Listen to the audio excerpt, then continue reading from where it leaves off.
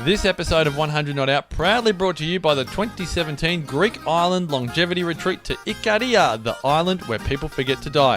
To find out more and to join Damien, myself, and an intimate group of 100 Not Outers, go to www.100notout.com. That's 100notout.com. TheWellnessCouch.com, streaming wellness into your lives. Welcome to 100 Not Out, featuring your hosts Dr. Damien Christoph and Marcus Pearce.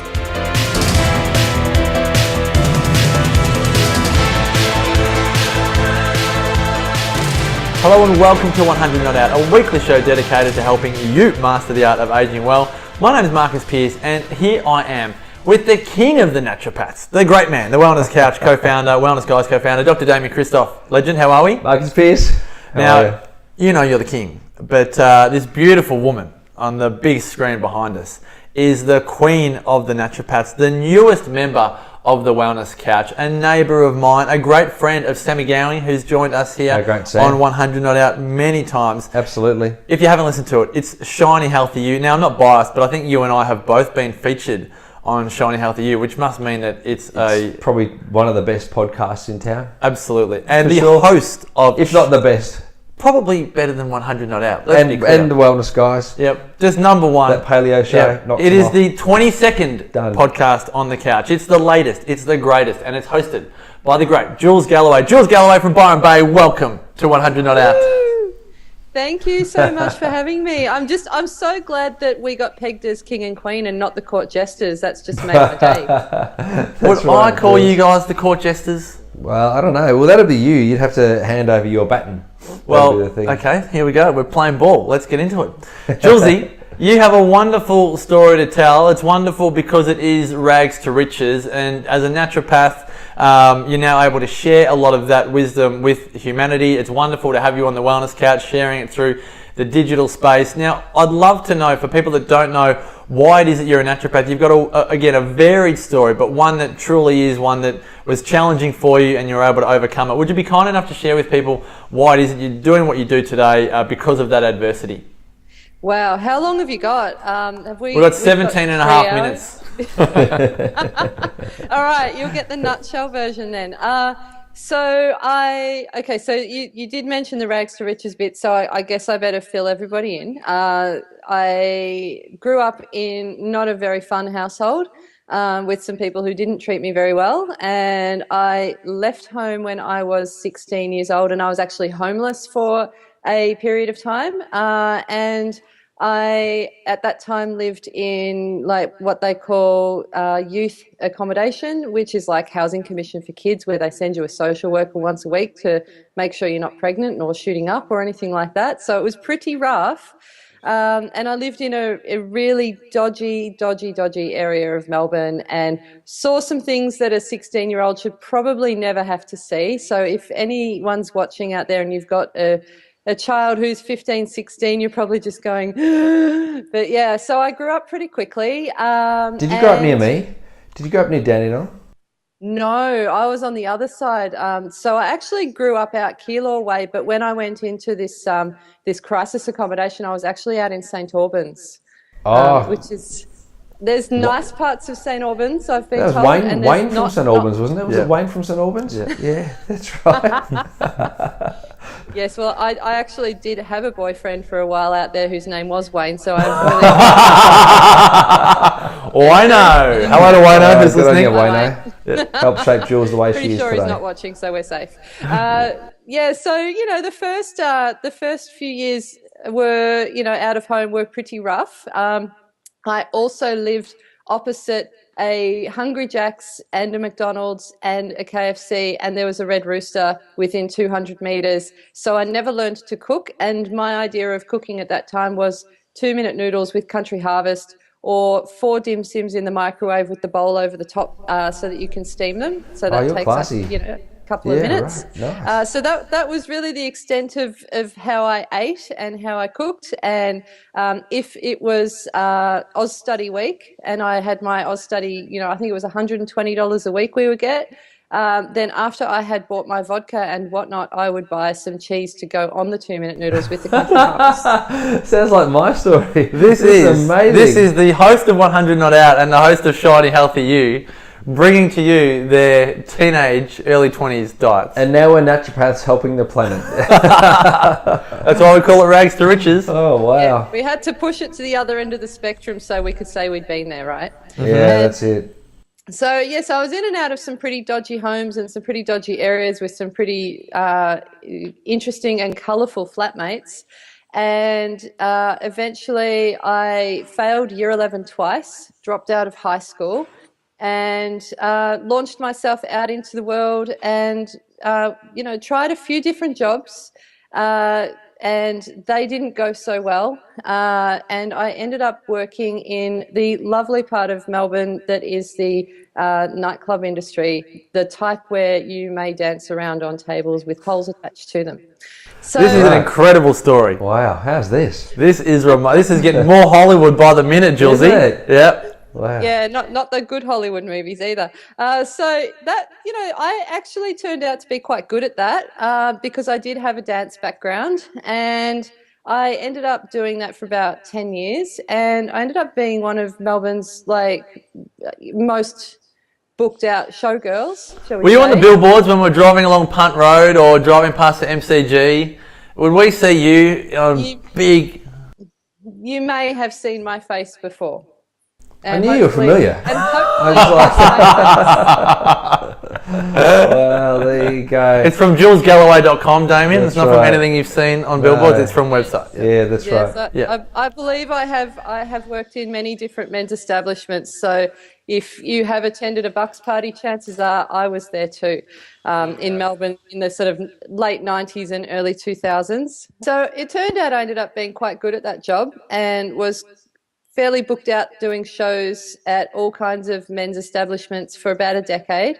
And that kept me really fit, but it didn't keep me healthy. And during that time, my diet, I got launched into that low fat, low calorie, keep yourself skinny for work kind of thing. And I found myself getting sicker and sicker and sicker. And I went into, my skin wasn't great. I kept getting sort of puffy, gaining weight. And even though I was eating low fat, low calorie, I wasn't feeling good at all. And I had just about every annoying, niggly little health issue under the sun, like just recurrent tonsillitis, recurrent chest infections, recurrent everything. And I started getting really anxious and really depressed. And I had a bit of a health crisis, and it got to a point where enough was enough, and I went to see a naturopath, and they helped me out a huge amount, huge amount, because I was also partying a lot in my spare time at that time, and so there was a fair bit of liver work that needed to be done, a fair bit of to modify my diet in line with what I'd been told I was intolerant to by said naturopath. And my health just started to turn around. Hey, it was amazing how much it came along in leaps and bounds, and how, things like depression and anxiety and all those niggly little sort of immune system conditions just started to drop away one by one by one. And I thought there's something to this. And I really always, before I'd had that sort of teenage crisis and ended up going off the rails, before all of that, I always wanted to help people, and I'd wanted to be a nurse. The funny thing was, I wanted to be a ballerina, and then I wanted to be a nurse, and then I wanted to be a book author, and I ended up being a dancer and a naturopath and now a writer and dreams have come true, Jules. So Careful what you wish for. Yeah, pretty much it turned out the way that I'd envisaged. It was just slightly different in the details. But yeah, I'd always been a really idealistic kid when I was really little, and I always wanted to help people. It's just that I had experienced along the way some family members being really, you could even say they were damaged by the medical system. They had definitely been treated by the medical system for certain health conditions and ended up worse off. And I'd become very skeptical of mainstream medicine and very wary of going to doctors for certain health issues. So heading down that line of natural health and naturopathy was really the natural next step for me. And when I ended up having my own health helped by a naturopath, I thought, I want to really get into this and study this and get to know all of this. And more reading I did, and the more interest I had, the more I thought, I need to start planning for my future, because I'm going to turn 30, and once I turn 30, I don't really want to be taking my clothes off for a living anymore. And I thought this might be a good time to think about my future. So in my mid-20s, I decided to study naturopathy. And by the time I was 30 years old, I was out and working as a naturopath and not dancing anymore. And that was 10 years ago.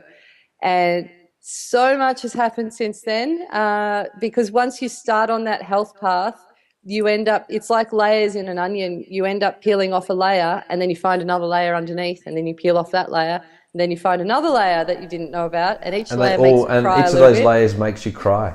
Yeah, absolutely.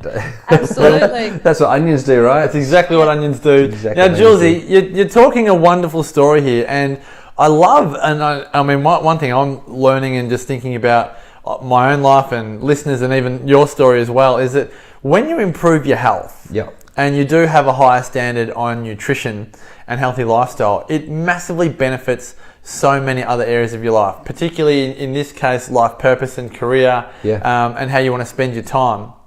And just, I think a lot of people are often thinking, well, you know, if I do what I love, then I'll improve my diet. But sometimes you've actually got to flip the other switch and go, in order to really isolate and define what it is that you want to do with your life, you've got to start looking after yourself. And sometimes you don't know, you don't see beyond the symptoms. I'm eating well to help get over this cold or to lose some weight or whatever. But it's far bigger than that. You know, when you start eating well, you start having better thoughts. You start feeling better about yourself and the rest. And I'm grateful to you, Jules, that you've gone into the detail of the rags to the riches, because what you were probably about to say is that in the next, 10 years of your life, you've built on the momentum of those seismic shifts that you made in your health. But what I'd love to know is, these days now, the people that come to you, what type of challenges, are they presenting with? Obviously you can empathize with them, but what type of challenges do you find you seem to attract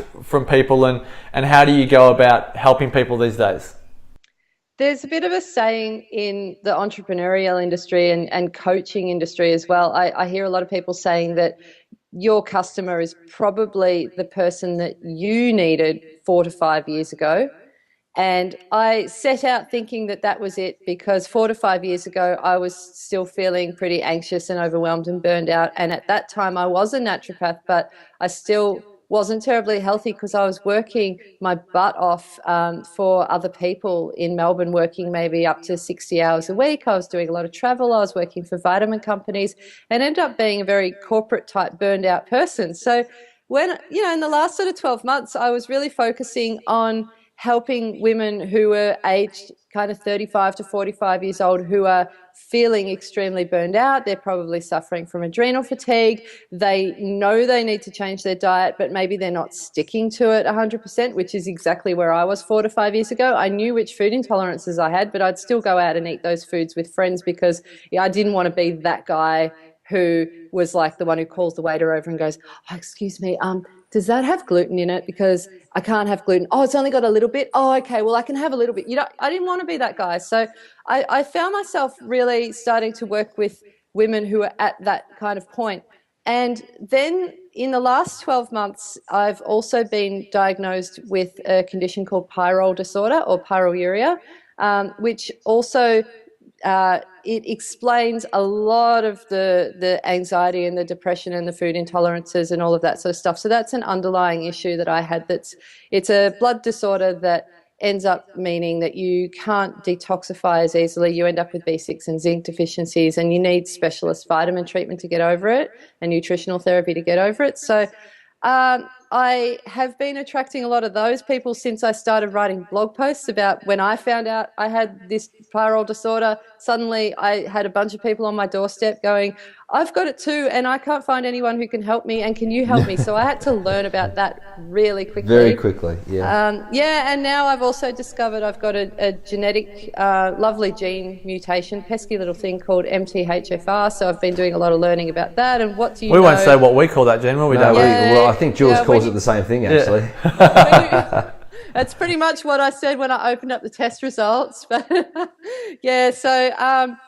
it seems to be that whatever I find out that I need to heal in myself, those people end up on my doorstep asking to be healed as well. So whenever I find out these things about myself, I find I have to hit the ground running because I know those people are about to knock on my doorstep, on my door. So I ended up finding my little niche through healing myself and through digging and digging and digging. Like I said, peeling off those layers, not just stopping at, okay, I know I need to be gluten-free, I know I need to be dairy-free. I didn't stop at that. I kept going and went, why do I need to be gluten-free? Why do I need to be dairy-free? Why is this affecting me more? Why is it that when I eat gluten, I feel awful and other people can get away with it? What's actually going on underneath the surface? So I found myself in a little niche of naturopathy that specializes in a lot of functional testing. I send a lot of people away for blood testing, urine testing. You know, I want to look at the levels of the stress hormones in their body. I want to know whether they've got any of these underlying gene issues that might be contributing towards their situation.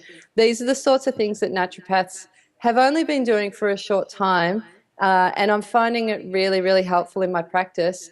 And then the other thing that I started to do was create a program for women, because after I'd seen them and said, all right, well, we know you've got this problem, so, hey, you need to eat gluten-free, you need to eat dairy-free, hey, you might even need to go paleo for a while until we get all that inflammation and some of these underlying issues under control. And by the way, come back in 6 weeks and let me know how you go. And they'd be like, what do I eat? What do I do? How do I do this? And I'm really stressed. How do I relax? And what sort of exercise should I do? And I found that in my practice, I was spending a lot of time coaching women through these steps, but it was the same steps over and over and over. And I thought, I'm just going to make a program for these women that is going to support them and coach them and give them step-by-step actions they can take rather than just lump the whole thing onto them all at once. That sounds great, Jules. Jules, is that a program people can buy online on your site? Yeah, so that program's called Shiny Healthy You, Fatigued to Fabulous in 12 weeks. And it's a 12-week step-by-step program that takes out the overwhelm and helps women to find their shine again, but in a gradual, sustainable way rather than an overwhelming way. And that's available at shinyhealthyu.com. And yeah, and there's like a beautiful page there that explains all the different modules and how it's all panned out for you. But it's delivered in video format mostly, so that you can just sit down and relax and watch videos step by step as you go. Well, that little plug might just shut down the internet because a lot of people are going to fly to that right now. Hey, Jules, I'm going to change tack a little bit. You're doing something that both Marcus and I love. And that is exercise. And you're going to be competing in the Pan Pac MAsters Games. Now, I thought that was for old people, and then I was doing the maths in my head, and I thought, you must be younger than me, but you're almost... She is younger than you. You're almost nearly as old as me, though, looking at the maths, because to be able to compete in the Masters means you've got to be over, I think, 35, doesn't it? Now, do you know, when Jules told me about this, I was so excited. I was like, Damo and I are going to do it, and we are going to do this, not at the same event, but we're doing table tennis. We're doing table tennis together. Yeah. But the challenge is that this year, when our 100 Not Out lifestyle live event is on, the Pan Pacs have decided that's the weekend. So our dream of doing a Masters Games together, taking home gold for Australia in the over 35 to 45 age group. It's a big 10 years. Yep. We're going to have to put that dream off just for a little bit, because November 12 and 13 we're in Melbourne for 100 Not Out Lifestyle Live Weekend. But Julesy, what are you doing at the Masters Games? What are you going to be doing? I'm going to have to carry the Wellness Couch banner all by myself. In what discipline? in the discipline of beach volleyball, which I have played a lot of in Melbourne. I haven't played a lot of it in the last 5 years. So I'm currently working with my beautiful local personal trainer, Candice Briggs, who's also one of my best friends, and she's whipping me into shape. So, yeah, it's a bit of a mission because... Are you getting whipped into shape just because you have to wear the obligatory uniform, the beach volleyball uniform?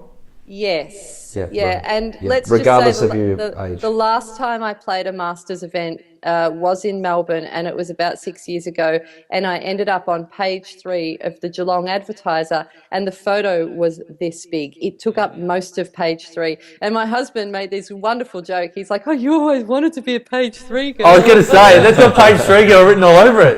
You wanted to be a ballerina, you ended up being a dancer. You wanted to be an author, you're blogging. I mean, you want to be a page 3 girl, there you go. It's the Geelong Addy. Done. Page 3 of the Geelong Addy. I have peaked in life, and I had the worst look on my face, and I was actually like reaching to dig a ball, and like there were rolls, like they wouldn't have been rolls if I'd been standing up straight, but let's just call them tummy creases, shall we call them? And I was in shorts and a crop top doing that. So this time I'm going to be prepared. If I'm going to be out there playing beach volleyball in beach volleyball attire, I'm going to make sure that I'm going to look the part and feel the part. So I don't want to break anything. I am in the 40 to 45 age group, just so you know. I snuck into that one over the last few months. So last time I was in, I think beach volleyball, you can enter Masters after you're 35. But now I'm into the next category, which is awesome. And so I think I've got about, it's in the start of November. So I've got less than 10 weeks to prepare, I believe. And so, it's a bit of an operation happening here at the moment to make sure that I'm fit and healthy and feeling really good in beach volleyball. Jules could do the Robards method with me. Jules could do the ropes with you and add that to her regime. Jules, it's been an absolute pleasure to have you on 100 Not Out. All the very best at the Masters Games. But again, a sincere welcome to the Wellness Couch. You've been running for a while now, but this is the first opportunity we've had to officially welcome you on 100 Not Out and to the Wellness Couch. Continue doing your magnificent work, sharing your love, enthusiasm, knowledge and inspiration with humanity. Get on board Shiny Healthy You, folks, both the podcast version and the online program. All of the links are in the show notes. Jules, as we'd like to wish all of our guests on 100 Not Out, Jules Galloway, continue to make the rest of your life the best of your life. Thank you so much for having me. It's been awesome. It's been great, Damien. Thanks again, great. as Thanks, always, Marcus, for your wisdom. Folks, there are many ways to connect with us. You can go to our Facebook page, 100 Not Out, or facebook.com/100 Not Out. To find out more about Damo, go to damienchristoph.com, myself, marcuspearce.com.au. And for 100 Not Out, whether it's Ikaria 2017, 100 Not Out Live, go to 100notout.com for all the information. Until next time, folks, continue yourself to make the rest of your life the best of your life. This has been a production of TheWellnessCouch.com. Check us out on Facebook and join in the conversation on Facebook.com/The Wellness Couch. Subscribe to each show on iTunes and check us out on Twitter. The Wellness Couch, streaming wellness into your lives. Whilst the Wellness Couch presenter endeavor to provide accurate and helpful information to their listeners, these podcasts cannot take into account individual circumstances and are not intended to be a substitute for health and medical advice from a qualified health professional. You should always seek the advice of a qualified health professional before acting on any of the information provided by any of the Wellness Couch podcasts.